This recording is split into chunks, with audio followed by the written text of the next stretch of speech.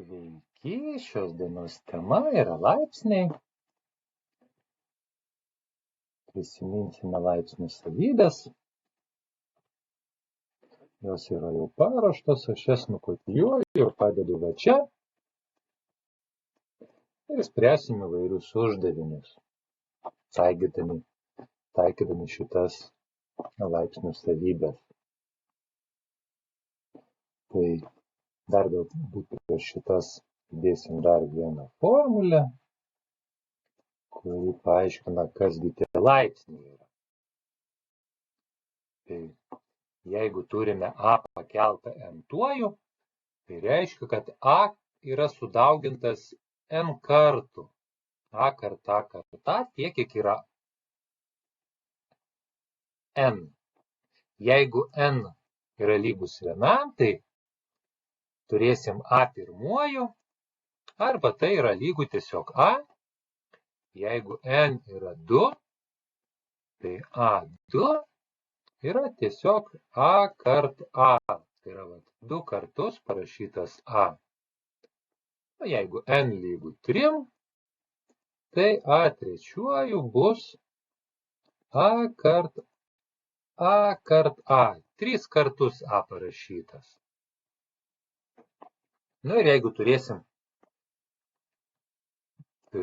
kažkokį tikrą skaičių, pavyzdžiui, a lygu 2, o n lygu 4, tai tada turėsim, kad 2 ketvirtuoju yra lygu 2 kart 2 kart 2 kart 2. Nors suskaičiuojam, gaunam 16. Tai 2 ketvirtuoju yra 16. Taip, dabar pabandysim pritaikyti kiekvieną iš šitų taisyklių. an-tuoju kart am-tuoju lygu an plus m. Tai jeigu turim kažkokius skaičius, pavyzdžiui, 3 penktuoju padauginta iš 3 šeštuoju, tai pagal šitą taisyklę mes matom, kad pagrindas a nesikeičia, tai yra trejetas čia lieka, o prisideda n plus m viršui. Tai 5 plus 6. Ir tai lygu 3 vienuoliktuoju. Tai skaičius a vadinamas pagrindu, o skaičius n vadinamas laipsnio rodikliu. O visas šitas daiktas vadinamas laipsniu. Aišku, kartais laipsniu mes ir vadinam ir va tuos skaičius, kurie yra virš pagrindo, rodiklius vadinam laipsniu. Bet teisingiau yra laipsnio rodiklis. Taigi, čia yra pirma formulė ir čia yra pirmas uždavinys. Dabar antra formulė. Tai antra formulė yra vėlgi, matom, kad an-tuoju padalinta am-tuoju. Tai pagrindas kaip ir vėl lieka tas pats. Sakykime, turim 4 septintuoju ir mes padalinam iš 4 penktuoju. Ir ką mes gaunam? Vėl gaunam pagrindas tas pats, nesikeičia, tai ir lieka 4, bet iš pirmo rodiklio atimam 2, tai yra iš 7 atimam 5 ir turim 4 kvadratu. Tai trečia taisyklė, kai turim skliaustuose kažką ir už skliaustų vėlgi laipsnio rodiklį kažkokį. Nu, imam iš eilės imam skaičius, sakykime 5 trečiuoju ir dar apskliaustą 4. Tai bus tas pats, kas vėlgi pagrindas nesikeičia, lieka 5 ir 3 padauginam iš 4. Tai bus tas pats, kas 5 dvyliktuoju. Dabar dar yra 2 svarbios taisyklės. Čia jos parašytos į vieną pusę, mes jas parašysim į abi pusės. Tai yra 4 taisyklė. Jeigu mes turim 5 padaugintus iš 2, nu ir tegu bus trečiuoju, Tai bus tas pats, kas 5 trečiuoju padauginta iš 2 trečiuoju. Tai ką tai reiškia? Nu, čia lyg ir viskas aišku, bet kartais būna uždavinys va toks. Ir mums reikia būtent to. Tai sakykime, mes turim 10 trečiuoju. Ir mes tą 10 galim apskliausti trečiuoju. Nieks nepasikeitė, tik skliaustus uždėjau, aš taip galiu daryti. 10 neturi jokio ženklo. Čia vėlgi nieks neturi jokio ženklo. Ir skliaustuose 10 aš jau galiu užrašyti, kad tai yra 5 kart 2 arba 2 kart 5, nesvarbu. Ir tai yra 5 trečiuoju padauginta iš 2 trečiuoju. Taip, dar kitas uždavinys būtų, mums reikia suskaičiuoti, kiekgi bus, jeigu mes norim 10 trečiuoju ir mes dalinam iš 2 antruoju. Čia skaičiai maži, tai mes aišku galim greit sudauginti ir padalinti, bet jeigu jie būtų didesni, tai galėtų kilti problemų. Bet čia dabar mes mokomės, kaip taikyti šitas būtent taisyklės. Taip, 10 trečiuoju mes galim užrašyti, kad tai yra 5 trečiuoju padauginta iš 2 trečiuoju. Ir padalinta iš 2 antruoju. Ir va čia va mes ir turim, kad skaičius 2 antruoju, o skaitiklės skaičius 2 trečiuoju.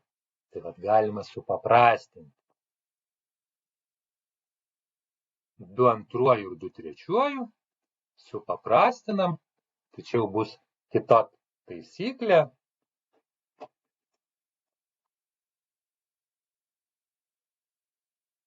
Dalybos taisyklė, kuri yra 5. Jeigu mes turim, taip kaip tenais ta 5 taisyklė, 5 taisyklė yra tokia, kad jeigu turim 5 padalinta iš, tegu bus 8 trečiuoju, tai bus tas pats, kas 5 trečiuoju padalinta iš 8 trečiuoju.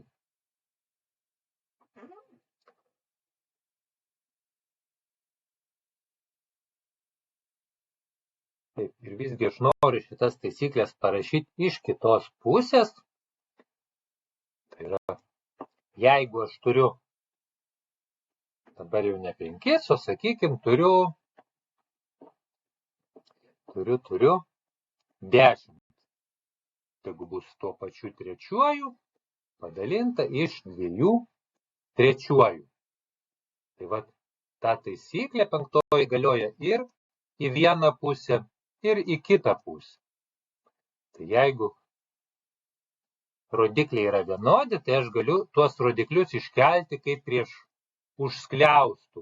Parašyti 3, o skliaustuose parašyti 10 padalinti iš 2. Tai bus tas pats, aš jau čia 10 galiu padalinti iš 2 lengvai, tai bus 5 ir dar liko laipsnio rodiklis 3. Tai va, tai suskaičiavau į kitą pusę, tokių gal uždavinių ir bus daugiausiai, kad mums reikia rodiklį iškelti kažkokį užskliaustų. Taip, dar viena taisyklė, kur čia buvo antroji. Jeigu dalinam, tai atimam rodiklius, jei pagrindai vienodi. Tai va čia kaip tik yra, va čia viskas išskaidyta ir užrašom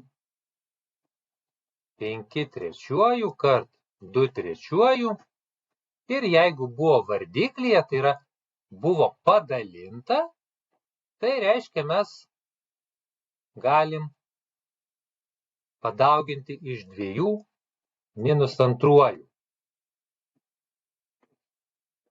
Nes mes turim vat kaip tik atimti, va čia minuso nebuvo, čia jau atsirado. Bet jau nebėra dalybos ženklo. Dalybos ženklas virsta daugyba. Galiu šitą dar truputėlį kitaip užrašyti. Tai 4/7 dalinta 4/5, tai yra lygu 4/7 padauginta iš 4-5. O kai dauginam, vėlgi sudedam. Taip, kaip pagal pirmą taisyklę, tai 4, pridedam -5, pridedam -5 ir tada supaprastinam ir gaunam, atskleidžiam, gaunam 7 - 5. Nu ir tai yra 4/2 arba 4 kvadratu. Tai taip ir čionais buvo vardiklyje, tai yra padalinta buvo iš to. Arba gal galima taip ir parašyti, kad būtų pažingsniui. Taip, mes dalinam iš 2/2. Tai va, čia mes galim apskliausti, nes čia vienodi pagrindai, ir pritaikyti antrą taisyklę. Ir turėsim 5/3 padauginta iš 2, 3 - 2, ir tai yra 5/3 kart tiesiog 2. Ir va čia supaprastinam truputėlį. Tai dabar galim paimti dar keletą uždavinių. Galima paimti su daugyba. Sakykime, turim 5/8 dauginta iš 5 - 3. Kad būtų kitaip. Daugybą reiškia turim sudėti. 5, sudedam 8, prie 8 pridedam -3, gaunam 5. Taip, dar dalybos. Sakykime, 7/9 dalinta iš 7 lygų. Vėlgi pagrindai vienodi, tai rašom 7. Nu, prisiminkim, jeigu rodiklio nėra, tai jis yra vienetukas. Galim užsirašyti ir dabar jau atlikti veiksmus. 9 - 1 yra 8. Tai va, su laipsniais yra taip. Arba pagrindai vienodi, arba laipsnio rodikliai turi būti vienodi. Tai jeigu laipsnio rodikliai vienodi, galima daryti kažką su laipsnio rodikliais. Jeigu pagrindai vienodi, darom kažką su pagrindais. Taigi, dabar kitas pavyzdys. Sakykime, turim 3/5 kart 8/5. Tai yra lygu. 5 galim užkelti už skliaustų, o skliaustuose lieka pagrindai.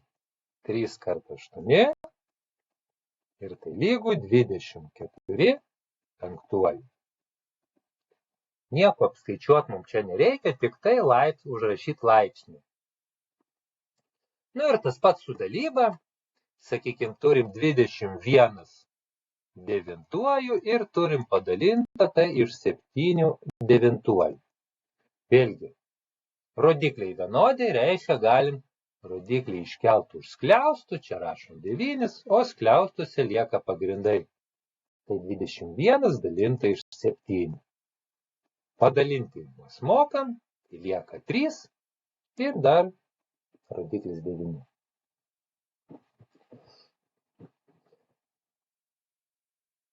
Taigi, ėmėm ir supaprastinam reiškinį. Sakykime, turim dar kažkokį tai uždavinį. Sakykime, turim 44/5 ir mes norim padalinti iš 11/5. Tai vėlgi taikom tą taisyklę, kad laipsnio rodiklis, jeigu jis vienodas, mes jį galim iškelti už skliaustų. Taigi, rašom skliaustus, parašom 5 ir kas liko? parašom skliaustuose. Tai 44 padalinti iš 11. Nu, o šitą jau lengva padalinti. Tai yra tiesiog 4. Nu ir dar rodiklis liko 5. Tai va čia jau daug paprastesnis uždavinukas. Dabar gali rodikliai būti ne tik teigiami, bet ir neigiami. Sakykime, turim 18 minus 6 ir tai yra padalinta iš 6 minus 6.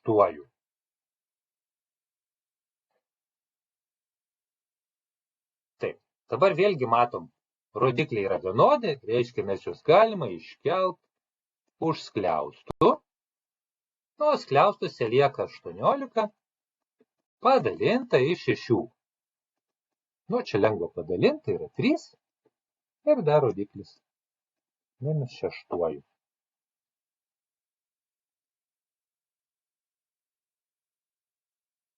Taip, gali būti taip, kad kaip gali būti? Taip. Gerai, gali būti taip, kad turim uždavinį va tokį. 2/7 padauginta iš 4/5. Ir čia yra bėda, nes pagrindai yra skirtingi ir rodikliai yra skirtingi. Tai mes negalim nieko nei iškelti, nei sudėti, nei sudauginti. Bet čia matom ketvirtą, o ketvirtą mes galim užrašyti, kad tai yra 2 kvadratu. Taigi, viską perrašykime, tai 2/7 kart apskliauskime, ketvirtą apskliauskime, lieka 5, tai va parašau ketvirtą. Nieks nepasikeitė, tik skliaustukus uždėjau, aš taip galiu padaryti. Ir dabar aš, kad mažiau rašyti, vietoj ketvirto parašau 2 kvadratu. Vėlgi, tokį uždavinį mes jau sprendėm, kai yra skliaustai ir yra laipsnio rodikliai ir skliaustuose, ir už skliaustų. Tai kas pasidaro su tais rodikliais? Jie susidaugina. Taigi lygu 2/7 kart 2 ir 2 kart 5 yra 10. Va, o dabar jau matom, kad pagrindai yra vienodi. Tai reiškia, galim rašyti pagrindą ir rodikliai tiesiog susideda. 7 plus 10 yra 17. Taip, einam toliau gal.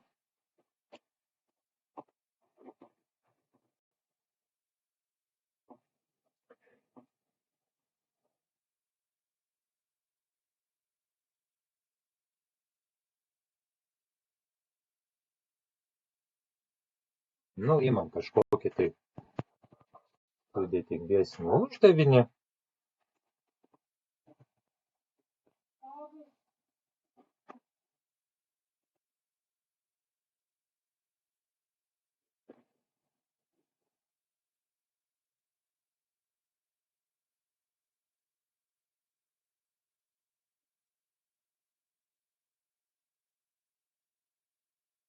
Tai koks čia galėtų būti sudėtingesnis uždavinys?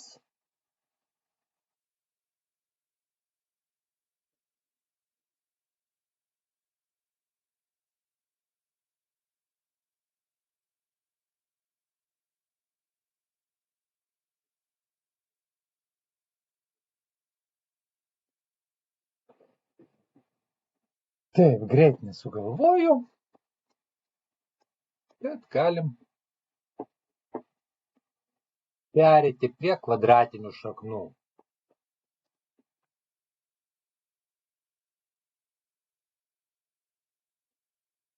Taip, kvadratinė šaknis iš neneigiamo skaičiaus. Tai jeigu turim šaknį iš a, tai a turi būti daugiau arba lygus 0.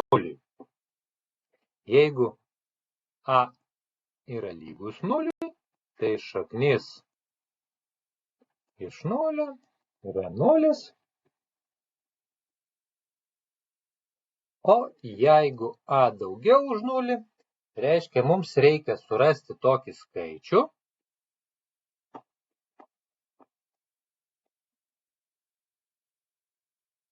taip, tai a daugiau už 0, tai šaknis iš a yra toks skaičius b, kur b kart b arba b kvadratu yra būtent lygus a.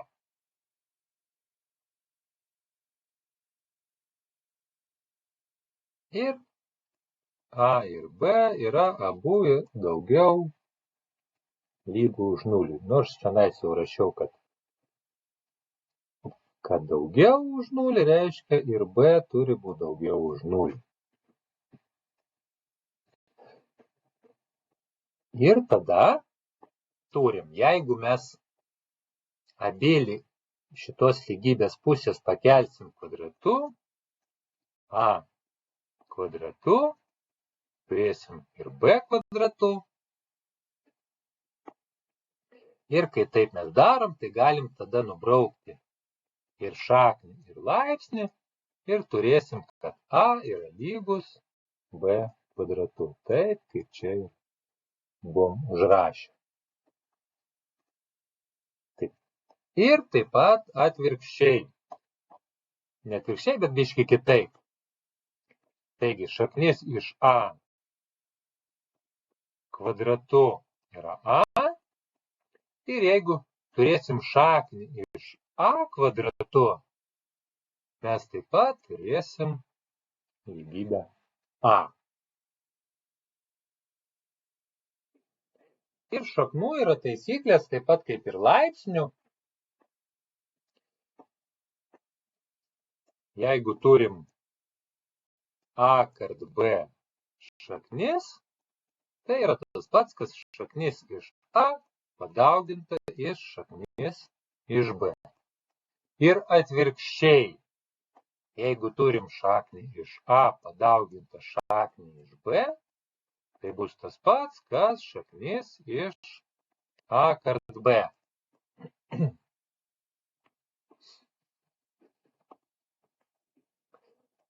Ir čia galėtų būti uždavinys toksai. Šaknis iš 2 yra padauginta iš šaknis iš 8. Nei iš to mes negalim ištraukti šaknies, bet tada mes galim imti ir į pošaknį vieną sukelti, tai yra 2 kart 8, tai bus lygus šaknis iš 16, o iš 16 šaknis tai yra 4, nes 4 kart 4 yra 16. Taip, ir jeigu bus padalinta, sakykime, šaknis iš a padalinta šaknis iš b, tai yra tas pats, kas didelė šaknis iš a padalinta iš b. Tai toks paprastas uždavinukas būtų, mes turim šaknį iš 8 padalinti iš šaknies iš 2. Vėlgi iškeliam šaknį didelę ir gaunam 8 padalinti iš 2. Ir tai yra šaknis iš 4. O tai yra 2. Žinoma, čia mes turim parašyti, kad b negali būti lygus 0. Ir kadangi tai yra kvadratinė šaknis, tai b turi būti daugiau už 0. Neigiamas negali būti. Ir a taip pat turėtų būti daugiau arba lygų 0. Nes a yra skaitiklyje. Tai a gali būti lygus 0, o b negali būti lygus 0.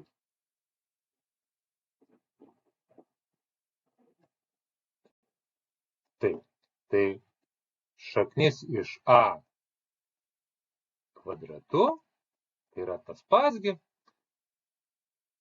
kaip ir be šaknies, tai yra rodiklis parodo, kad pagrindas sudaugintas iš savęs tiek kartų, kiek čionais rodiklis yra.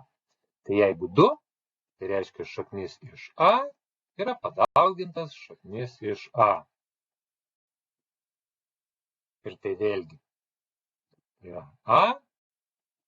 Galima parašyti, kad tai yra šaknis iš a kart a. Kas yra šaknis iš a kvadratu, tai yra a. Taip, jeigu matom du kartus sudaugintus tos pačios šaknis, tai yra tiesiog pošaknis. Rašom ir šaknies ženklo neberašom. Taigi, jeigu, sakykime, turim, kaip rašėm, šaknis iš 4, yra 2, nes 2 kart 2 yra 4, minus šaknis iš 4, minusas yra priešais šaknies ženklą, tai ir čia lieka priešais ir turim 4.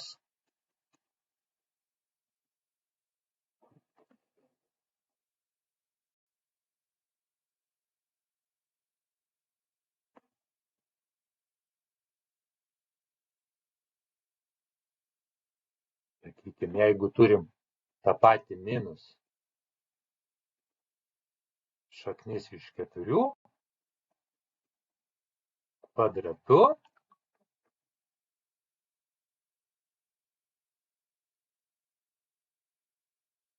tai mes tą minusą galim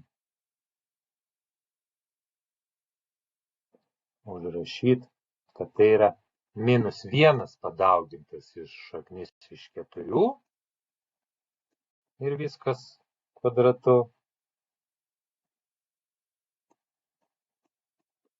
Vėlgi, daugybą prisiminkime, daugybą mes galim išskaidyti, tai bus -1 kvadratu, padaugintas šaknis iš 4 kvadratu, o -1 kvadratu tai yra 1, o šaknis iš 4 kvadratu, tai vėlgi susiprastina rodiklis ir šaknies ženklas ir lieka tik 4 ir tai yra tiesiog 4. Taip, jeigu spręstume kažkokius uždavinius, pavyzdžiui, turim tokį uždavinį 6 šaknis iš 3 yra padaugintas skliaustuose šaknis iš 3 ir, sakykime, pridėti šaknis iš 27 lygų. Tai pagal greitosios daugybos formulės, tai, kas yra prieš skliaustus, turi būti padaugintas su kiekvienu, kas yra skliaustuose. Ir turėsim, kad tai yra 6 šaknis iš 3, padauginta iš šaknies iš 3 ir pridėti 6 šaknis iš 3, padauginta iš šaknies iš 27. Čia toks daugybos ženklas. Taip, lygų. Taip, prisiminkime, šaknis iš 3 kart šaknis iš 3 yra tiesiog 3 ir 6 kart 3 yra 18. Pridėti. Dabar šaknis iš 3 kart šaknis iš 27 neišsitraukia, bet mes galim sudėti viską į vieną pošaknį. Tai bus 6 ir 3 kart 27. O 3 kart 27 yra 81. O šaknis iš 81 yra 9. Ir turim 18 plus 6 kart 9, 54. Ir susideda, gaunasi 72. Tai va tiek daug atlikom veiksmų. Taip, tai čia šitą ženklą vadiname šaknimi arba antro laipsnio šaknimi arba kvadratinė šaknimi. Bet dvejeto nerašom, kad būtų trumpiau.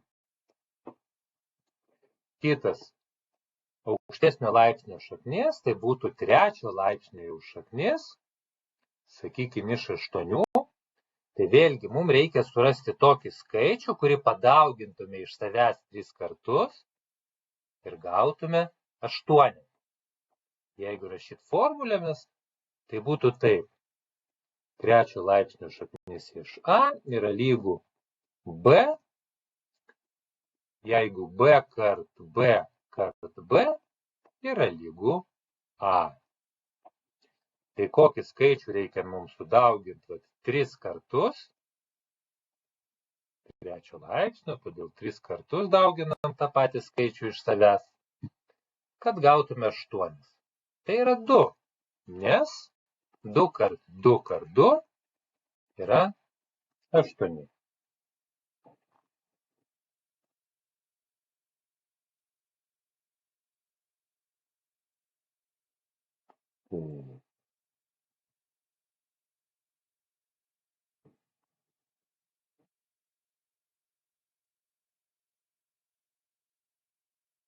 Tai dabar įspręsim keletą uždavinių. Sakykime, gerai, galim užsirašyti pirmą. 3 laipsnio šaknis iš 27, tai yra 3, nes 3 kart 3 kart 3 yra 27. 3 laipsnio šaknis iš kiek? Iš 64 yra 4, nes 4 kart 4 kart 4 yra 64. Taigi ir uždavinys, sakykime, vėlgi, jeigu abu šaknies ženklai yra tokie patys, mes su jais galim atlikti tokius pačius veiksmus, kaip ir su laipsniais, kad atlikinėjom. Tai jeigu turėsim 3 laipsnio šaknį iš 2 ir mes norim padauginti iš 3 laipsnio šaknis iš 4, tai vėlgi, kadangi abu šaknies ženklai vienodi, laipsnio to pačio, tai mes irgi kaip ir galim iškelti pošaknius ar sudauginti tos pošaknius ir gauti 3 laipsnio šaknį iš 2 kartų. Prašau, iš 4 ir 3 laipsnio šaknis iš 8. Tai bus tiesiog 2. Jeigu turėtume kvadratinį šaknį iš 2 ir norim padauginti iš 3 laipsnio iš 2, mes jų taip sudauginti paprastai negalime.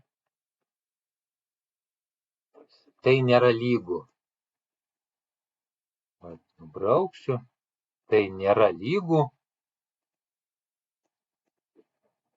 nei šaknis iš 2 kart 2 ir tai taip pat nėra lygu.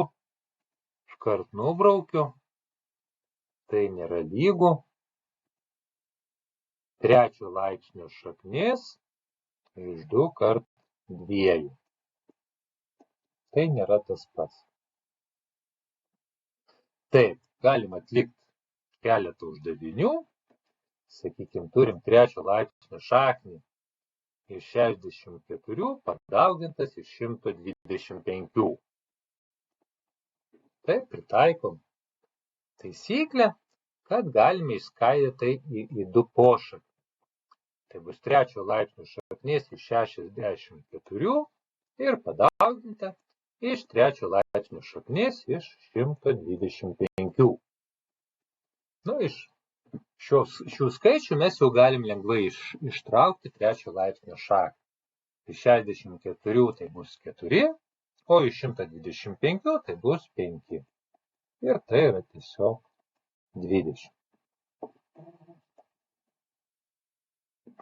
Taip, sakykime, turim 3 laipsnio šaknį iš 11 ir padauginta iš 3 laipsnio šaknis iš 121.